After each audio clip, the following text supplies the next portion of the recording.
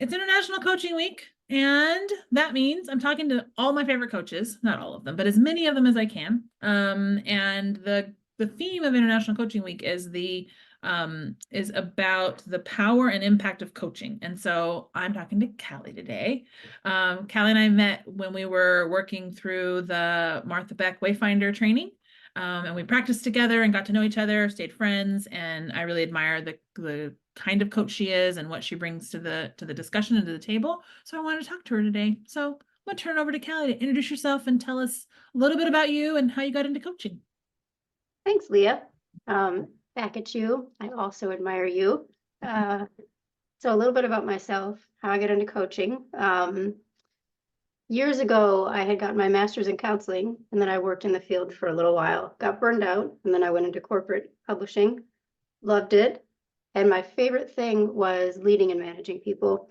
And a few years ago, I got a coaching accreditation through work and was coaching people at work. And I thought, this is what I want to do all those years ago. This is what I have been, I would have gone to school for this back then if I had known about it.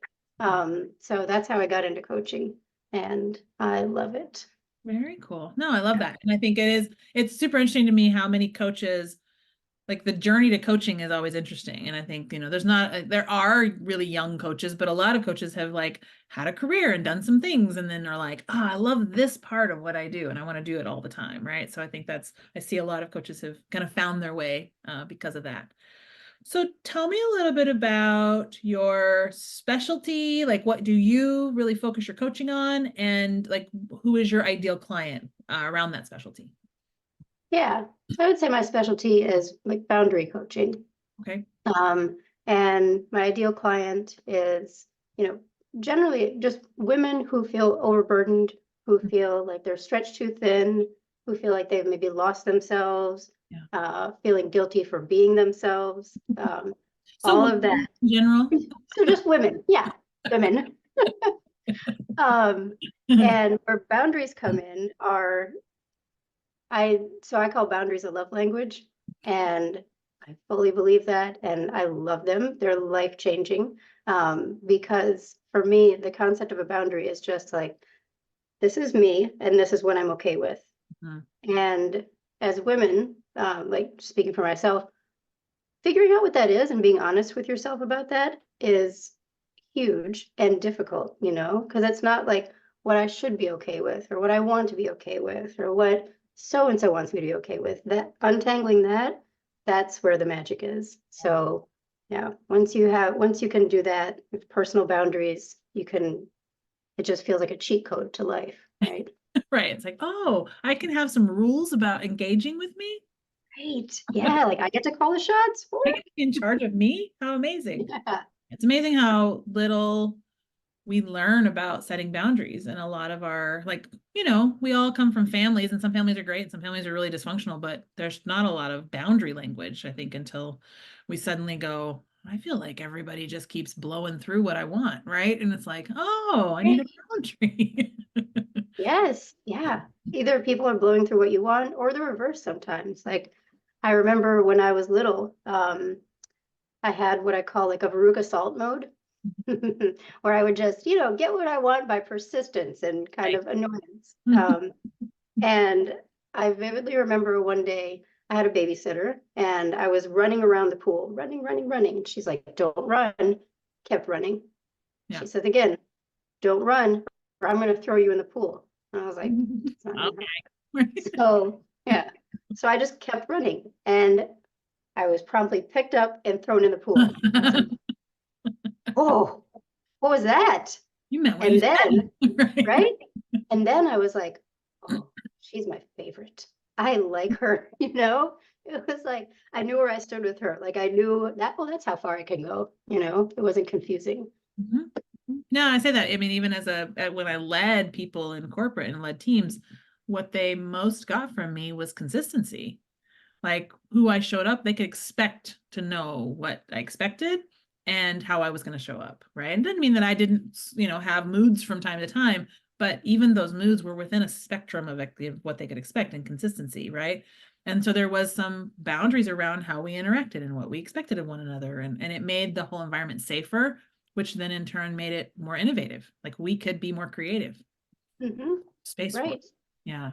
Yeah, that makes so much sense because that that consistency is like that comes from you being directive and active as opposed to kind of reactive and kind of waiting for what the other, what do you want? And then I'll know what I'm gonna say, or that kind of behavior that is so easy to do.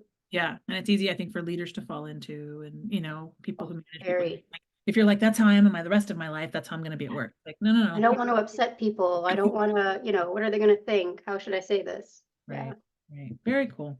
So when you think about, now that you're doing coaching and you've had this background and you're really focusing in boundaries and with clients who are around that, like, are there things that people believe about coaching that you wish you could say, oh, I'm going to wave a magic wand and they're not going to believe that anymore about coaching?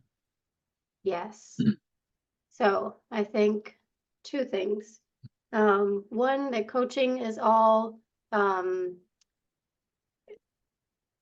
holding open, heart flowing spiritual space for travelers on this earth who would like to join you in a festival of light and love, right? a Not all like that. lot of pressure. A lot. And the second thing, it's also not all like bro hustle goals. Let's get, what are my personal objectives? I'm gonna reach them. I'm gonna have a session and I'm gonna get some goals done and get some shit done, Right. Not that either. Right. So I would say those two extremes are kind of like those stereotypes I wish I could just make go away. Yeah, totally.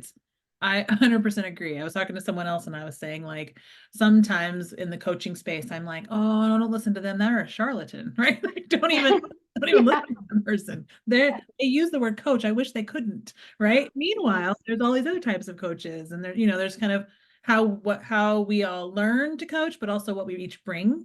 I think there's a lot of uniqueness in coaching, but I agree with you. Like, I think there are some images of coaching that I'm like, no, not that one. Yeah. No, that if that person wants to coach you, you need to find them because this is not me. So, Not me. right. I'm No. not going to bro culture you, right? Right. So all the bro culture I can take. So Yeah. I'm done. Good. Thank you. well, very cool. Anything else about coaching that you want the listeners to know?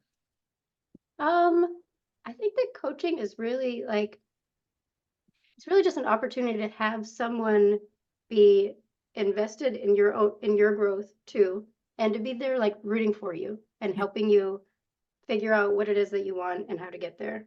right. That's really that's really all it is. Yeah. And that in itself is really powerful. Like how often do we get that, right? Right. Right. Yeah. No, I love that. I love the idea of like just that person that is like, I'm on your side. Where are we going? Right. Like I can come with you. Right. So Yeah, and they don't have a personal stake. They're not going to try, they're not your friend or family, so they're yeah. objective and they're just like there for you.